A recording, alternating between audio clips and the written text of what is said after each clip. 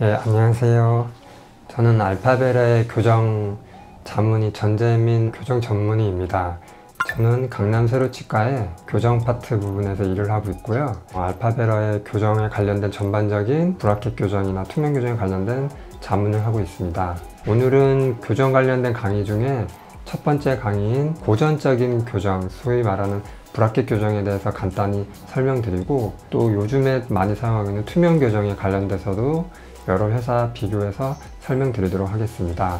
고전적 교정은 아주 옛날에 50년, 60년 전에는 치아에 밴드를 걸어서 와이어를 걸기도 했지만 20년 전부터는 브라켓을 붙여서 리게처라고 하는 가느다란 와이어를 묶는 방식으로 했었고요. 그리고 10년 전부터는 자가결착 브라켓이라고 해서 교정 브라켓 내부에 자체적으로 열고 닫을 수 있게 설계된 뚜껑 또는 버튼이 있어서 리게처가 없는 시스템도 많이 사용돼 왔습니다. 통상적으로 고전적인 이런 교정은 대학병원에서는 요즘도 많이 사용되고 있고요. 한국에서는 아직도 교정 전체의 95% 이상이 그 와이어 시스템으로 이제 교정이 되고 있고, 신식이라고 하긴 좀 그렇지만 투명 교정도 도입이 많이 되고 있는 것 같습니다. 한국 외에 다른 해외를 보면은 미국 같은 경우에는 투명 교정, 인비절라인이라고 하는 새로운 방법이 마켓 시어가 30%가 넘고, 중국 같은 경우에는 이미 50%를 넘어서 브라켓 교정을 거의 대체해가는 상황입니다. 고전적인 교정에 대해서 좀 더 부연 설명드리면, 브라켓 안에 슬롯이라고 하는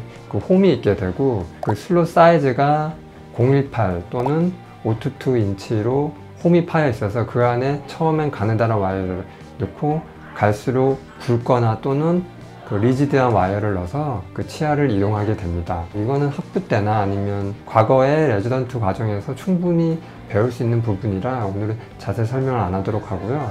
오늘 설명드릴 건 이제 투명 교정인데, 투명 교정은 현재 한국에서는 크게 4가지 회사가 있는 것 같습니다. 인비절라인이 제일 많이 쓰이고요. 드물지만 오스템에서 나온 매직 얼라이너가 쓰이고, 그리고 요즘 좀 더 사용되고 있는 TNS라는 회사의 세라핀 교정, 그리고 또 제가 많이 사용하고 있는 나노라이너, 이렇게 4가지가 국내에서 많이 사용되고 있는 것 같고요. 물론 인비절라인은 마켓 시어가 제일 많고 많이 이제 대중에게 알려져 있는 브랜드고요. 그리고 세라핀 같은 경우에는 요즘에 이제 공격적으로 마케팅을 하는 것 같아요. 그래서 인비절라인이 아무래도 원가가 비싸다 보니까 그걸 대체해서 쓰시는 원장님들이 종종 있으시고, 오스템 같은 경우에는 매직 얼라이너라고 런칭을 5년 전에 하신 것 같은데 아직은 인지도가 그렇게 많은 것 같진 않고 일반 GP들을 대상으로 드물게 사용하고 계신 것 같습니다. 마지막으로 제가 많이 사용하는 나노라이너는 물론 이제 한 5, 6년 전부터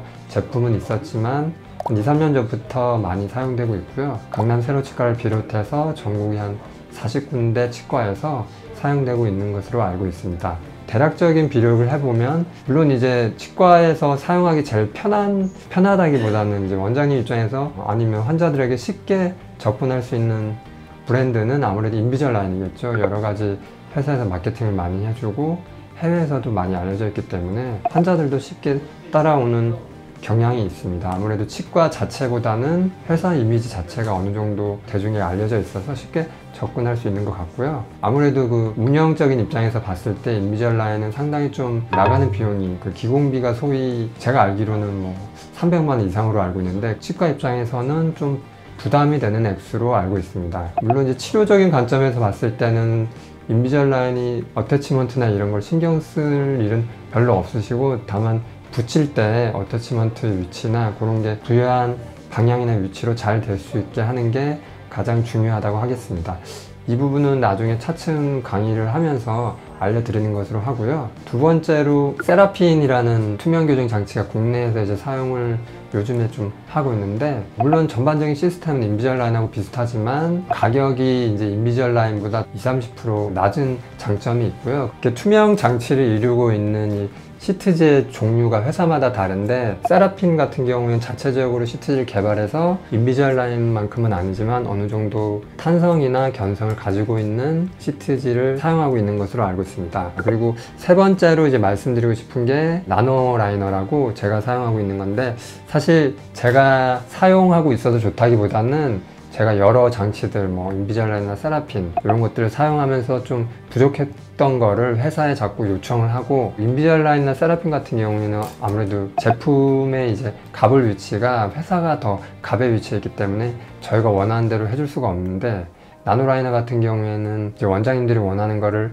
회사에서 적극 반영을 해주기 때문에 여러 가지 면에서 편하고 마무리가 정밀하게 되는 것 같습니다. 마지막으로 이제 오스템에서 쓰는 매직 얼라이너도 회사 내에서 개선 사항이 있으면 바로바로 반영한다고 노력하고 있는 상황입니다만, 아무래도 오스템 자체가 회사 중심이 임플란트 쪽에 있다고 보니까 투명 교정은 아직 그렇게 좋다고 썩 생각되는 것 같지는 않습니다. 물론 이제 자체적으로 노력은 많이 하는 것 같습니다. 원장님들께서 만약에 사용을 하신다면 제가 추천드리고 싶은 것은, 아무래도 나노라이너가 좋다기보다는 회사하고 여러 커뮤니케이션을 하면서 원장님들이 쓰기 편하게, 그리고 또 치료 자체도 이왕이면 좀 빨리 될 수 있게 이렇게 계속 발전을 해가고 변형을 해가고 있는 장치이기 때문에 나노라이너를 좀 권장해 드리고 싶습니다. 아무래도 치과에서 운영적인 면에서 봤을 때도 기공비를 생각할 수밖에 없는데, 이런 것도 다른 거에 비해서 나노라이너가 좀 경쟁력이 있어서 원장님들 쓰기에